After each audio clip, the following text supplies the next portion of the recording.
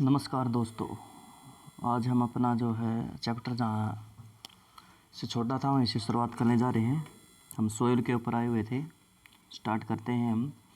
Soil is a thin layer of the granny substance covering the surface of the earth is called soil. जो मिट्टी क्या आती है एक जो है सबसे जो पतली परत होती है, ठीक है, सरफेस की, जिसको हम क्या कह सकते हैं, हम उसको मिट्टी कह सकते हैं, ठीक है। और एक क्या है, एक दानेदार क्या है, कणों से बनी हुई जो है, आप उसको कह सकते हैं। It is closely link to the land, और इसका जो संबंध है सीधे तौर पर क्या है, उससे क्या है, भूमि से है। Land forms determine the type of soil, वो किस प्रकार की जो है लैंड फॉर्म पे बना हुआ है, यानी स्थलाकृति किस प्रकार की वहाँ पर, वो प्रभावित करती है कि टाइप किस प्रकार की टाइप की सॉइल होगी। Soil is made of organic matters,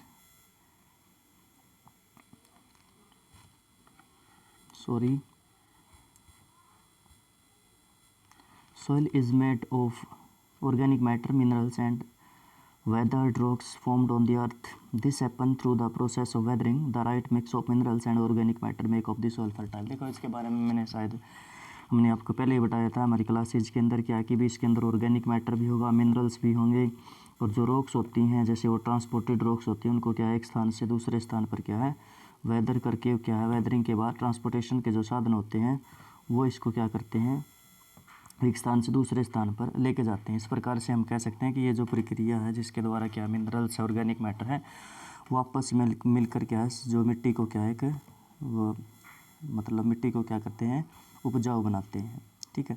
factor of the soil formation, अब हम पढ़ते हैं कि भी सॉइल की जो फॉर्मेशन है वो किस प्रकार से होती है। The soil of the formation of the soil the major factor of the soil formation are the nature of the parents matrix and climate factors. Other factors are the topography, role of organic materials, and then time taken from the composition of the soil formation.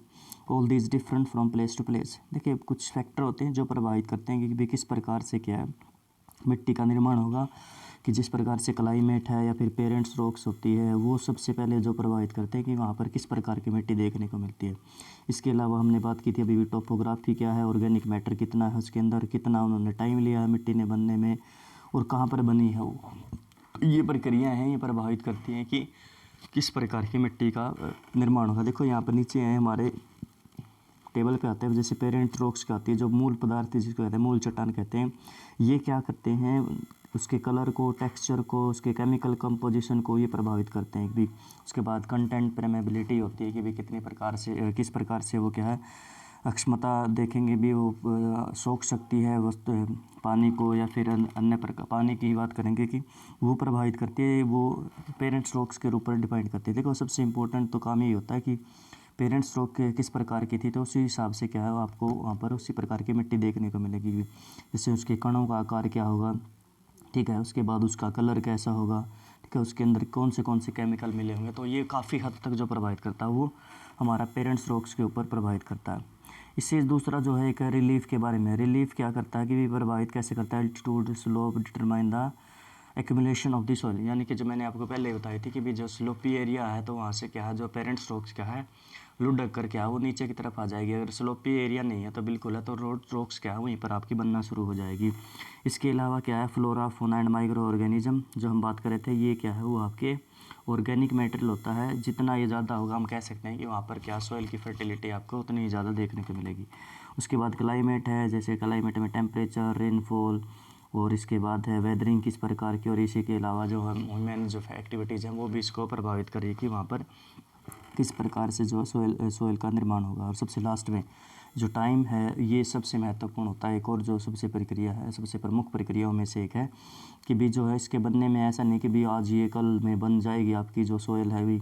एक normal जो बताया जाता है कि भी जो एक centimetre मोटी जो परत होती है उसको बनने में लगभग क्या है 100 साल का समय लग जाता है, ठीक है। उसके बाद करते हैं degradation of the soil and conservation and measures. देखिए मिट्टी का जो है कटाव होता रहता है, तो उस कटाव को हम किस प्रकार से रोक सकते हैं।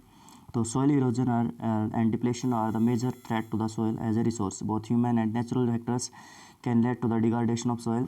Factor which lead to the soil degradation are deforestation, overgrazing, overuse and chemical fertilization, or pesticides, rainwash, landslide and floods. देखो सबसे पहली जो प्रमुख बात है कि जो मृदा अपरदन होता है ना, मृदा अपरदन क्या है, मिट्टी का जो कटाव है, जो मिट्टी जो रिसोर्स है हमारा जो कटने का एक सबसे प्रमुख कारण होता है। अभी क्या है कई प्रकार से जो है नेचुरल भी फैक्टर हो सकते हैं, हमारी ह्यूमन जो हम मानव है वो भी करता है, जिसमें से क्या है कि हम क्या करते हैं लगातार लंबे समय से वृक्षों काट रहे हैं, ओवर ग्रेजिंग कराते हैं, या फिर हम ओवर यूज करते हैं केमिकल फर्टिलाइजेशन का, या ज़्यादा मात्रा में क्या पेस्टिसाइड डाल रहे हैं, या फिर जो जल आया है लैंडस्लाइड हो गया, ये कुछ फैक्टर है, फ्लड आ गई, फ्लड पानी वाले में पोर्शन में आ जाएगी, तो ये प्रभावित कर रहे हैं कि भी ये बहुत है तीव्र गति से जो है मृदा अपरदन को प्रभावित करता है, जिससे क्या है मिट्टी की जो उर्वरकता शक्ति क्या है वो ख़त्म होती चली जाती है। तो हम क्या कर सकते हैं, सॉइल कंजर्वेशन के तरीके अपना सकते हैं। सबसे पहले आता है हमारा mulching. The ground bare ground between plant is covered with a layer of organic matter that like straw, it help us to retain soil moisture। तो हम क्या करते हैं, जहाँ पर हमारी जो खाली जगह पड़ी हुई जगह जो होती है, यानी कि जो हमारी खेती है प्लांट्स हैं उसके बीच में जो खाली जगह होती है वहाँ पर क्या है ऑर्गेनिक मैटर डाल सकते हैं हम, या फिर कुछ घास फूस वगैरह डाल सकते हैं, जिससे क्या है मिट्टी क्या है मॉइस्चर को अटेंड करती रहेगी, ज़्यादा पानी क्या है एवापोरेशन द्वारा क्या वापस एटमॉस्फेयर में नहीं जा पाएगा। उसके बाद है कंटूर बैरियर्स की बात करते हैं। Stone, grass, soil are used to build barrier along the contours. Trenches are made in the front of the barriers of the collect water. तो हम क्या कर सकते हैं, जैसे कि जो कंटूर्स होते हैं, कंटूर्स का मतलब होता है समोच्च रेखा। समोच्च रेखा का मतलब होता है कि भी समान ऊंचाई वाले स्थानों को मिलाने वाली रेखा को समोच्च रेखा कहते हैं। तो हम क्या कर सकते हैं कि भी पहले क्या है एक साथ जो इन समोच्च रेखीय जो है बैरियर लगाने के लिए क्या हमें पहले तो स्थानों को आपस में मिला लिया जाता है एक समान ऊंचाई वाले स्थानों के।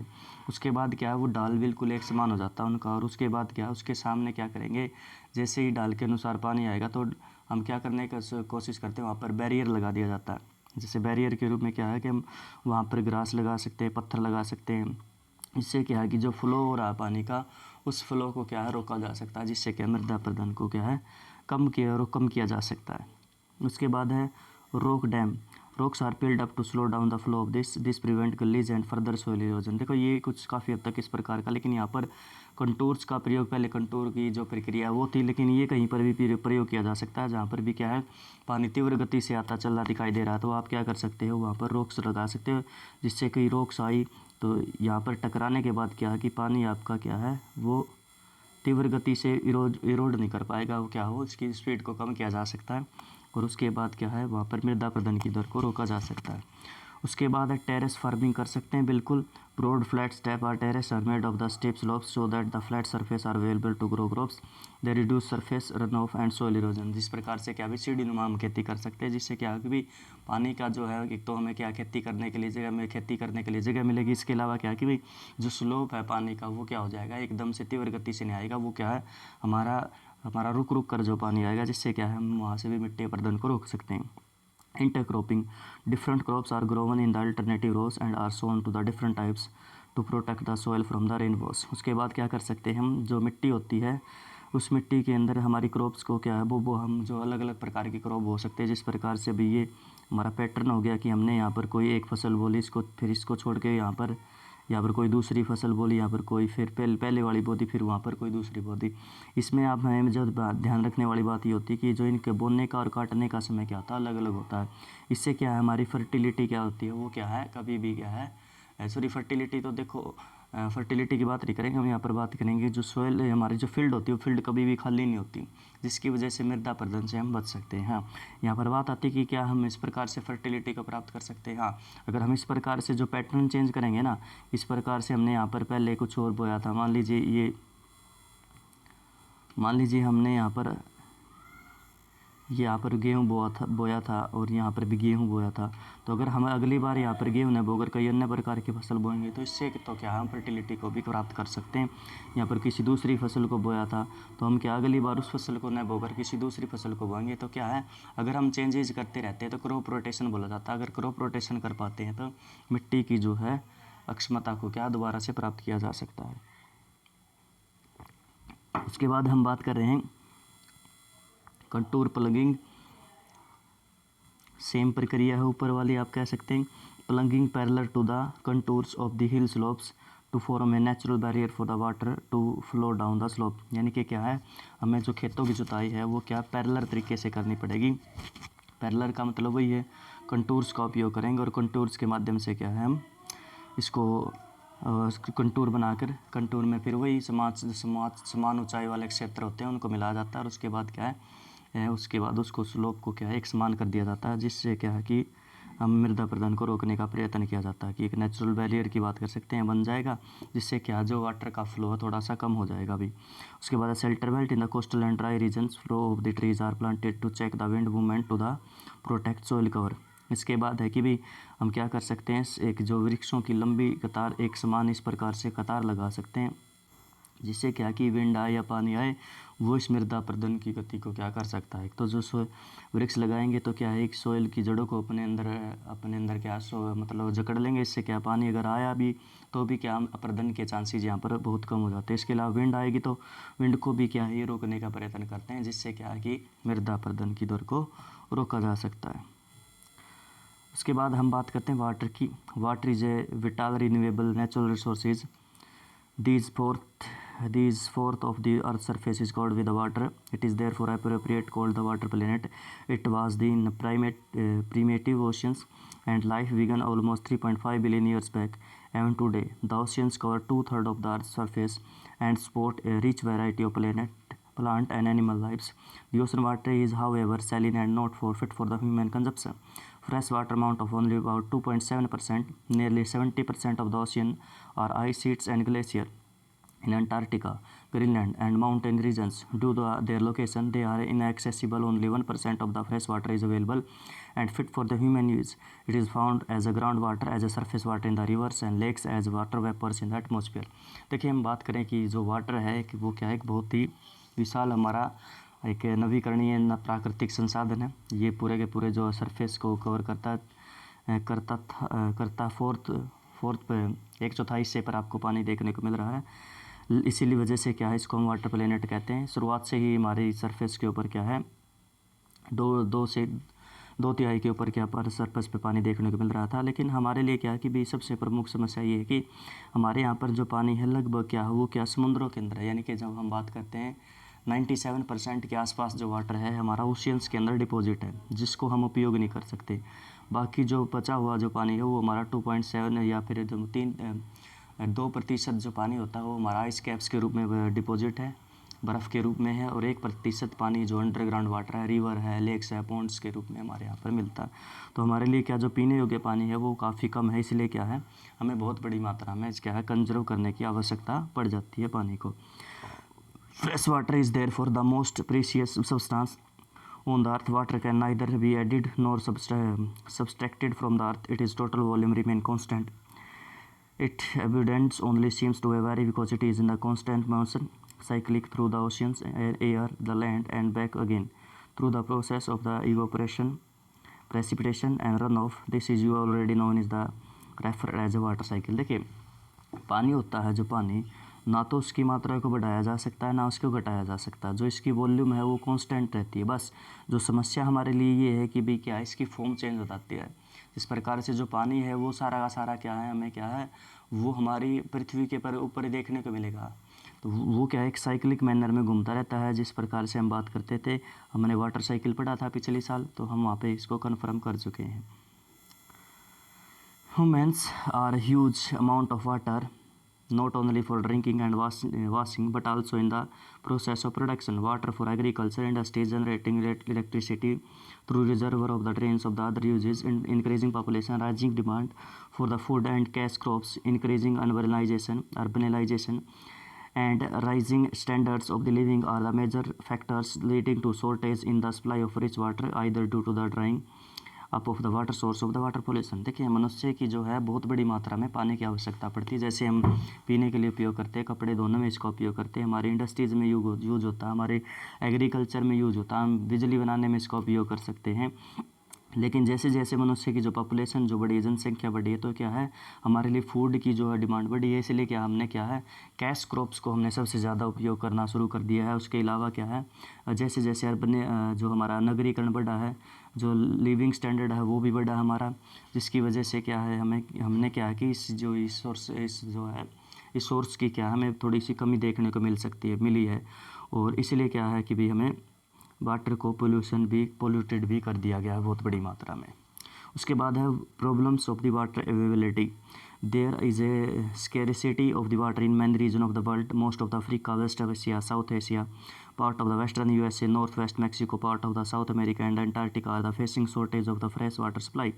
Countries located in the climatic zone most susceptible to the through the face great problem of the water scarcity. Thus, water shortage may be consequence of the variation in the seasonal and annual precipitation of the scarcity or the caused by over exploitation and contamination of the water sources. देखिए सीधी सी बात है कि भाई ये जो देश हैं जो आपको बता रखे हैं यहाँ पर क्या बहुत बड़ी मात्रा में क्या देखने को मिल रहा है, कंट्रीज़ हैं या फिर कॉन्टिनेंट्स हैं, सॉरी कॉन्टिनेंट्स के बारे में बताया, कुछ देश भी हैं ये जो दिखाए हुए हैं कि यहाँ पर क्या है जो पानी की जो है कमी आपको देखने को मिलेगी।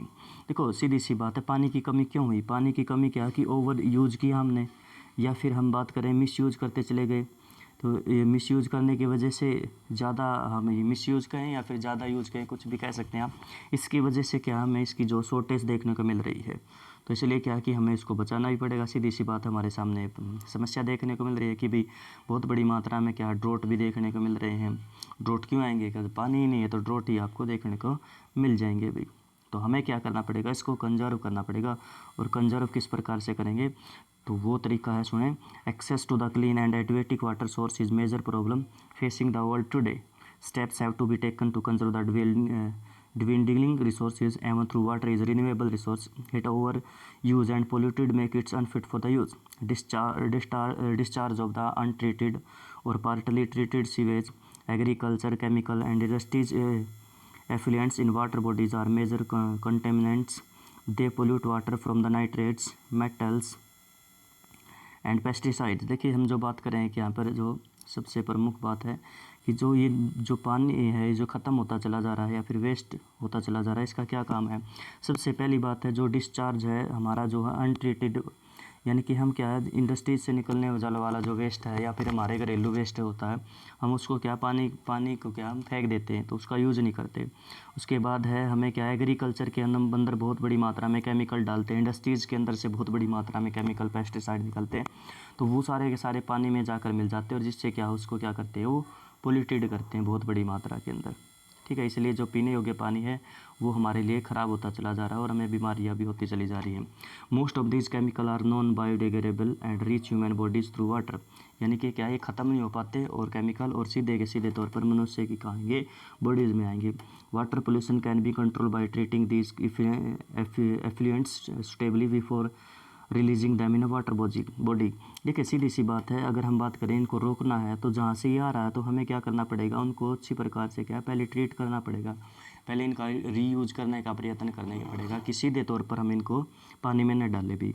Forest and other vegetation cover slow the surface run off and replace underground water harvesting another method to save surface run off. The canal used for irrigation field should be properly lined in minimize losses by the water sewage. Sprinkle effectively irrigation the area by checking water losses through seepage and sprinkling effective irrigation the area by the checking water losses through seepage and evaporation in a dry region with high rates of evaporation.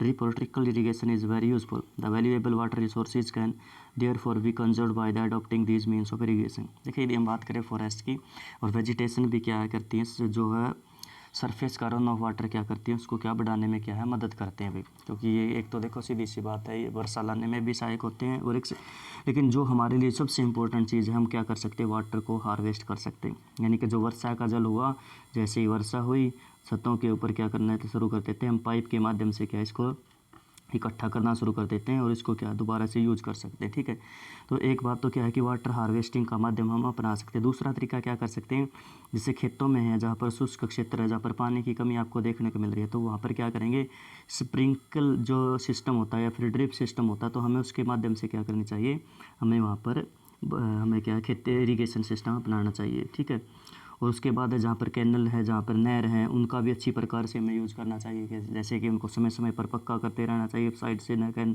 Canal से, जिसकी वजह से क्या वो ख़राब न हो पाए, जिससे क्या है कि पानी की जो वेस्टेज को रोका जा सकता भाई। ठीक है, लास्ट पोर्शन आता है नेचुरल वेजिटेशन वाइल्ड लाइफ का, इसके बारे में हम कल अध्ययन करेंगे भाई।